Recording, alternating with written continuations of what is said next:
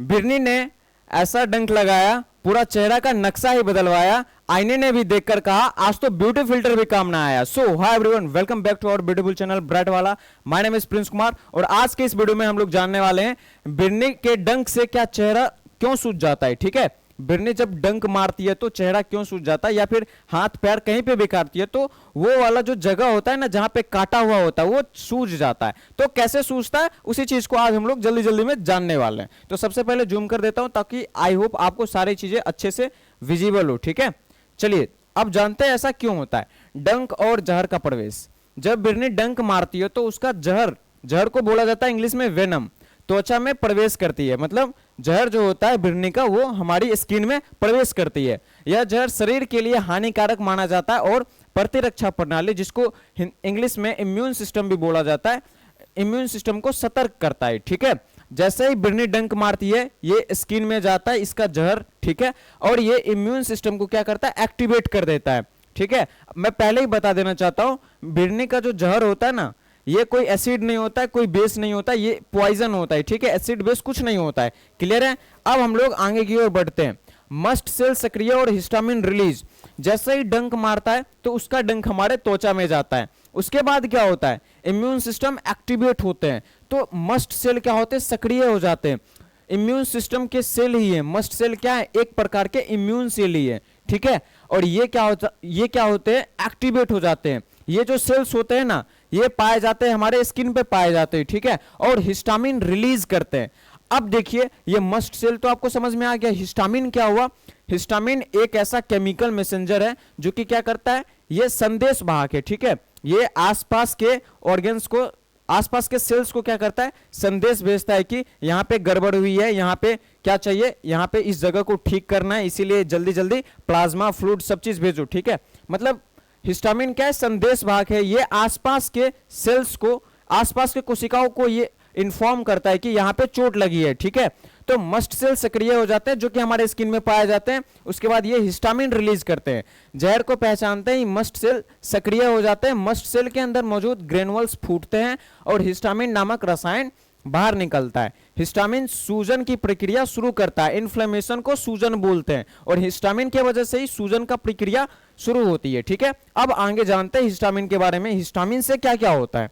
अब देखिए हिस्टामिन का प्रभाव ब्लड वेसल्स पर। ठीक है, अब जैसे ही हिस्टामिन रिलीज हुआ, ये तो संदेश भाग था, ये तो संदेश भेज दिया। अब ये दो काम करता है। सबसे पहला काम क्या करता है, ये ब्लड वेसल्स को चौड़ा कर देता है। ठीक है, जिसको वेजोडिलाइजेशन भी बोलते हैं इंग्लिश में। ठीक है, ये ब्लड वेसल्स को चौड़ा कर देता है ताकि जल्दी जल्दी सारे ब्लड जो है तेजी से ब्लड फ्लो हो ब्लड वेसल से, मतलब रक्त वाहिकाएं से तेजी से ब्लड फ्लो हो, इसलिए ये क्या करता है, ब्लड वेसल्स को चौड़ा कर देता है। ये एंडोथेलियल सेल्स के बीच में छोटे छोटे गैप्स बना देता है, इससे प्लाज्मा और कुछ प्रोटीन्स बाहर निकलते हैं। यहां पे क्या बोला गया है, देखिए रक्त वाहिकाएं जो होती है ना उनके दीवारों पे छोटे छोटे सेल्स पाए जाते हैं। ठीक है, उनको बोला जाता है एंडोथेलियल सेल्स।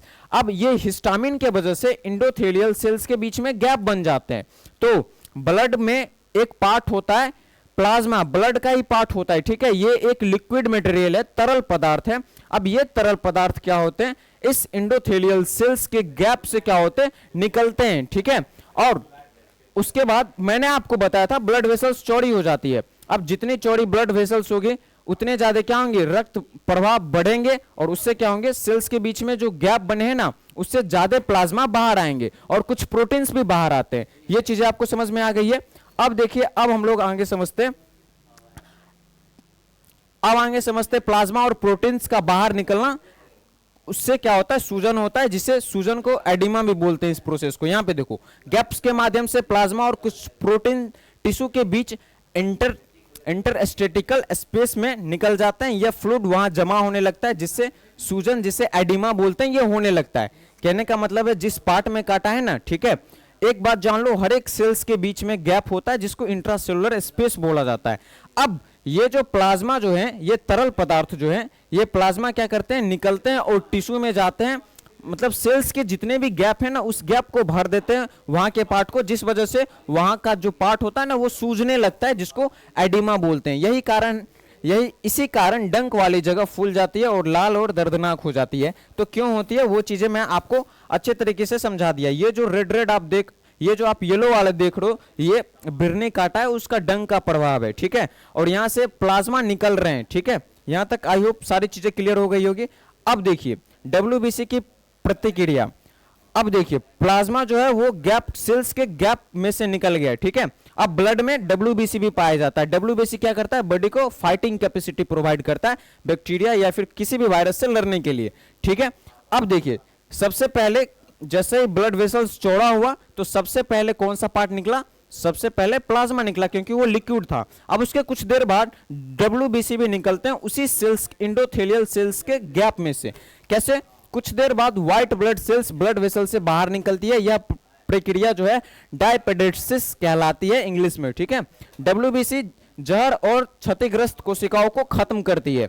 इससे शरीर सुरक्षित रहता है और धीरे धीरे सूजन कम होती है, ठीक है।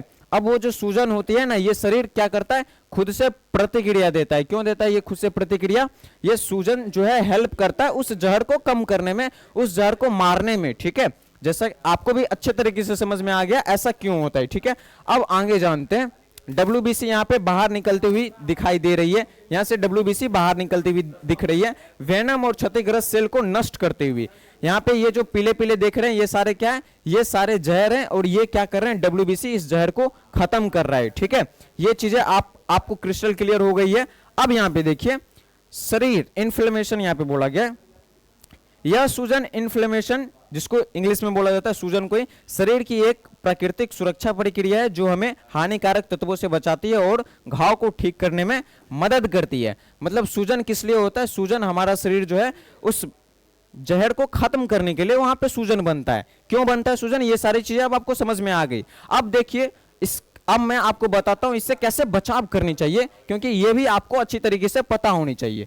सबसे पहले आप क्या करें, आपका फर्स्ट एड क्या है, प्राथमिक उपचार क्या होना चाहिए, वो देखिए साबुन और साफ पानी से उस जगह को अच्छे तरीके से धोए, ये काम आपका होना चाहिए, ठीक है।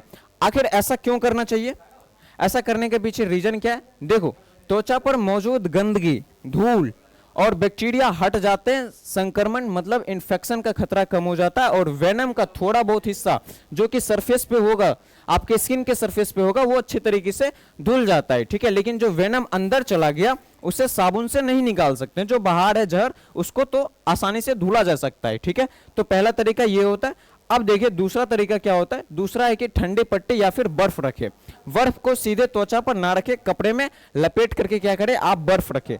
अब देखो बर्फ रखने से क्या होगा, भैया आप ऐसा क्यों बोल रहे हो कि बर्फ रखो, देखो इसके पीछे कारण है। वहां पे आप इसको देखो, ठंड से ब्लड वेसल सिकुड़ जाती है जिसको वेजोकॉन्स्ट्रिक्शन बोलते हैं। ठंड लगती है तो क्या होती है, हमारे ब्लड वेसल सिकुड़ जाती है और ब्लड वेसल्स में क्या होता है, ब्लड रक्त का जो प्रवाह होता है वो कम हो जाता है। अब जैसे ही रक्त का प्रवाह कम होगा तो क्या होंगे, ब्लड धीरे धीरे फ्लो करेंगे उस पार्ट में जहां पे बर्फ रखे हैं, ठीक है। इससे क्या होगा, प्लाज्मा कम निकलेगा, प्लाज्मा कम निकलेगा, डब्ल्यूबीसी कम निकलेगा। इससे क्या होगा, सूजन कम बनने की संभावना होती है, इसलिए ऐसा बोला जाता है क्या करना चाहिए, ठंडे बर्फ को रखना चाहिए। ये चीजें समझ में आ गई। अगर खुजलाए नहीं, रगड़े नहीं और बार बार ना छुए, ठीक है। ऐसा चीजें करने से क्या हो सकती है, खुजलाने या रगड़ने से जहर जो है वो अंदर तक जा सकती है और ये खराबी कर सकती है, तो ऐसा चीजें नहीं करनी चाहिए। अगर खुजली, सूजन, दर्द ज्यादा हो रहा है तो आपको डॉक्टर से संपर्क करना चाहिए। बस यही था, मिलते हैं इस तरह के इंटरेस्टिंग वीडियो में, तब तक के लिए टेक केयर, बाय बाय।